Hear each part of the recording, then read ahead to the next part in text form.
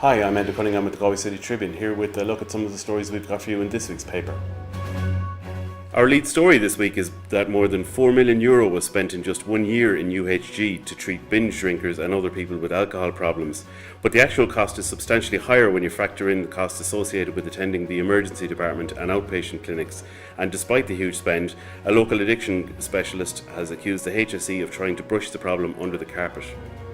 Galway City Council has spent €265,000 over the last 5 years impounding stray horses without recouping a single cent. The scourge of horses being illegally kept in city estates means that taxpayers are being forced to cough up more than €50,000 a year.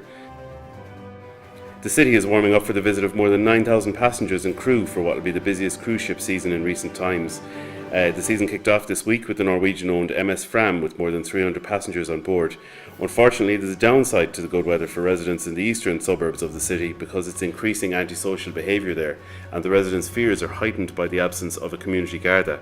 We have the story about a developer of an historic Georgian house and spire tower in Chantala who now plans to bring back an adjacent derelict row of houses to their former glory. And there's a fascinating feature on a book to be unveiled next week that provides a snapshot of 150 years of the Jesuits in Galway. In sport, it's set to be a long bank holiday weekend in a different sense for Galway FC as they face into 2 games at home in 4 days, with a Friday night visit of Waterford United in the league, followed on Monday by the EA Sports Cup clash with Finn Harps.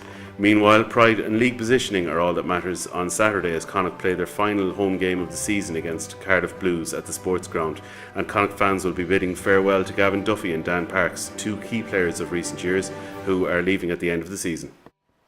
So we've got all that and much more in this week's paper. We're in shops early Friday morning or to buy online at connachttribune.ie. You can also download the new Galway City Tribune app from the App Store or from Google Play, where you'll get a free 7-day trial.